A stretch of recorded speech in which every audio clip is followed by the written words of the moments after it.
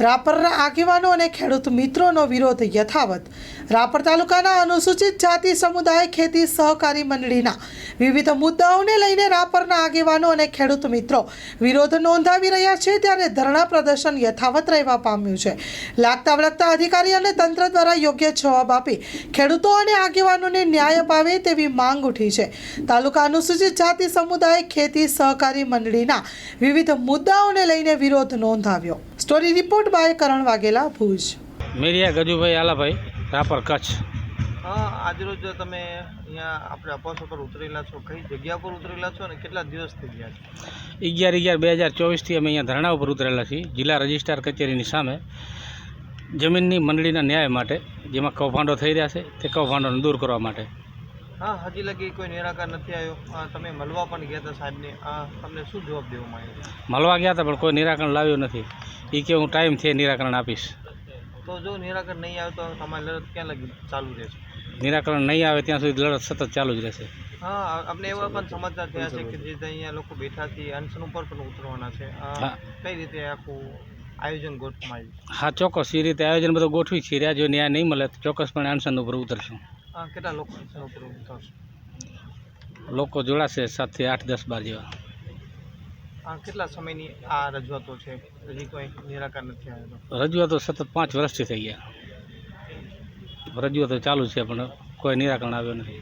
મારું નામ અશોકભાઈ રાઠોડ છે અને હું રાપરથી આવું.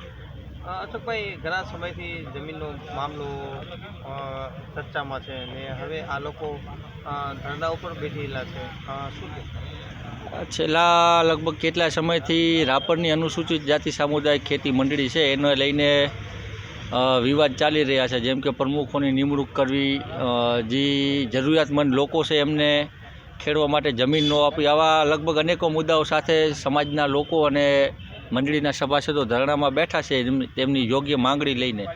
અને એ માંગને લઈને આજે અમે જે તે અધિકારી જવાબદાર છે એમને પણ મળ્યા છીએ. એમના તરફથી આશ્વાસન મળ્યું છે કે જે આ બાબતે ચોક્કસપણે કાર્યવાહી કરવામાં આવશે ને આની તપાસ કરવામાં આવશે. જો ખરેખર આવું આમાં થયું છે, જેવા આક્ષેપો થયા છે એવા, તો ચોક્કસપણે કાર્યવાહી થશે, આવું આશ્વાસન મળ્યું છે. પણ જ્યાં સુધી નક્કર કાર્યવાહી ન થાય ત્યાં સુધી મંડળીના સભાસદોનું એવું માનવું છે કે ત્યાં સુધી અહીંયા ધરણા સતત ચાલુ રહેશે. અને અમારી પણ સમાજના આગેવાનો તરફથી પણ એવી માંગણી છે કે આ જે પણ મેટર છે એને તાત્કાલિક અસરથી આનો સોલ્યુશન લાવવામાં આવે. અને જે પણ આ બાબતે કોઈ જે પણ જવાબદારો દેખાતું હોય એમની ઉપર સખ્ત કાર્યવાહી કરી અને આગળ કાયદેસર જે પગલાં લેવામાં આવતો એ લેવામાં આવે. ઘણા સમયથી રજૂઆતો કરવામાં આવી છે, છતાં પણ એ વાયદા વચન દેવામાં આવી રહ્યા છે અને ઘણા સમયથી જમીન પોતાની હોય ને બીજા ખેડતા હોય છે. એ અંગે પણ આપનું શું કહેવું? આ ચોક્કસપણે ઘણી જગ્યાઓ એવી પણ છે જે કાગળો ઉપર માત્ર અનુસૂચિત જાતિના લોકોને આ જમીનો મળી છે, પણ ખરેખર જગ્યા ઉપર જોવા જઈએ તો એ તો જે તે વખતે જે ભૂમાફિયાઓ જમીન વાવી રહ્યા હતા આજે પણ એમના કબજામાં જ છે. આજે અમે જે અધિકારીને મળ્યા એમને પણ આ રજૂઆત કરી છે કે ખરેખર માત્ર કાગળો ઉપર નહીં પણ સ્થળ ઉપર જઈને આ બાબતની તપાસ કરવામાં આવે કે શું ખરેખર અનુસૂચિત જાતિના લોકો જે આ જમીનો વાવી રહ્યા છે, જે ઓન રેકોર્ડ મળી ગઈ છે, મારી ઘણી બધી જમીનો ખાલી થઈ છે. અગાઉ વડગામના ધારાસભ્ય ભાઈ જિગ્નેશ મેવાણી દ્વારા અને હાલે રાજ્ય સરકાર દ્વારા પણ આ બાબતે પોઝિટિવ રહીને જમીનોના કબજા અનુસૂચિત જાતિના લોકોને મળી રહ્યા છે, મતલબ મંડળીને કબજાઓ મળી રહ્યા છે. પણ જે મૂળ સભાસદોને, જે જરૂરિયાતમંદ લોકોને મળવા પડે એ આજની સુધી એવું કામ નથી થયું, એવું સ્પષ્ટપણે જમીનની હકીકત ઉપર એવું દેખાય. ધરના ઉપર બેઠા સાથે સાથે ધમકી પણ દેવામાં આવી છે કે અમે અનશન ઉપર પણ ઉતરી જશું. એ અંગે ચોક્કસ એમની માંગણીઓ જે છે અમે બધી એમની માંગણીઓ જોઈ, બધી માંગણીઓ વ્યાજબી છે અને એ બાબતે તપાસ થવી પણ જોઈએ. અને આ બાબતે જો યોગ્ય કાર્યવાહી નથી થતી તો અમે સમાજના આગેવાન તરીકે એમની સાથે છીએ. રાજશ્રી એપ્રેલ્સ જેન્ટ્સવેરના બ્રાન્ડેડ વસ્ત્રો માટેનો ભવ્ય શોરૂમ.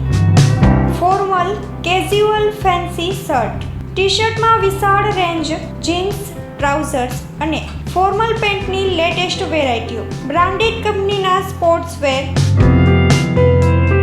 ડાયમંડ પ્લાઝા, વ્હાઇટ બિલ્ડિંગની સામે, સુહાગ રિંગ રોડ, ભુજ, કચ્છ. 9909951092.